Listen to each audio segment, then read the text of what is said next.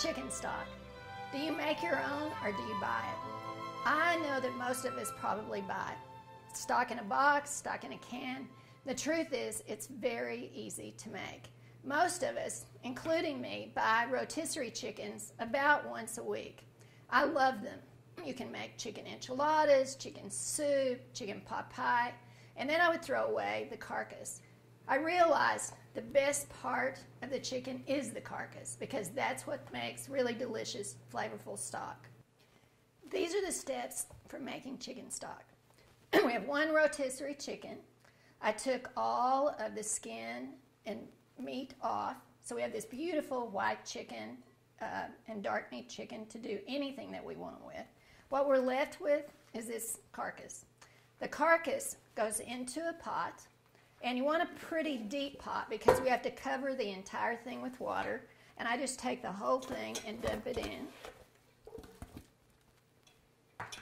We want to put one onion. You don't have to peel it. Just take it, slice it in half, put the whole thing in. The skin actually gives great flavor to the stock, and it also gives beautiful color. I have a carrot and some celery into the pot. Some garlic. I don't peel it either. Just leave it in the skin. It'll give enough flavor without doing that. Some black peppercorns. And some fresh herbs. I just had some parsley, so I'm going to throw the parsley in. We want to cover the whole pot with water. And make sure the whole thing is covered. We're ultimately going to strain this. If you have a fine mesh strainer, this works really well. Once you put the chicken pot on the stove, bring it to a boil, turn it down to a simmer. You do not cover the pot. We want to leave it uncovered for 1 hour. After 1 hour, the chicken stock will have cooked down about 1 inch. At that particular point, what we have is really good broth. It's milder and lighter than stock. But if we cook it another half hour, it goes down 1 more inch, and we have stock. Stock is richer, has a little more flavor. We can take this one step further. If we cook it 2 hours, it goes all the way down, and what you're left with is a gelatin or a demi-glace. And I do that sometimes because it's really easy to store.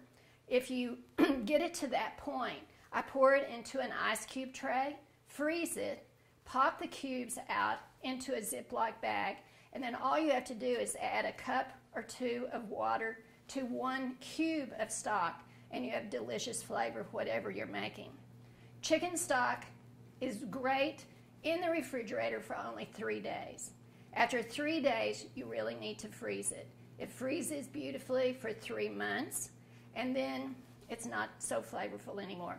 3 months is a good general rule for almost everything in the freezer, so I really recommend that you take it, date it, and put what is in the Ziploc. So once you have everything in the pot, we'll take it to the stove.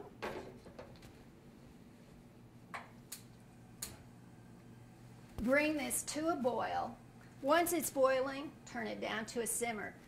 Don't put a lid on it. It's through evaporation that we're getting this very concentrated flavor from the chicken and the onions and the celery to make our great stock. So the minute it comes to a boil, you're going to turn it down low and just let it simmer for 1 hour.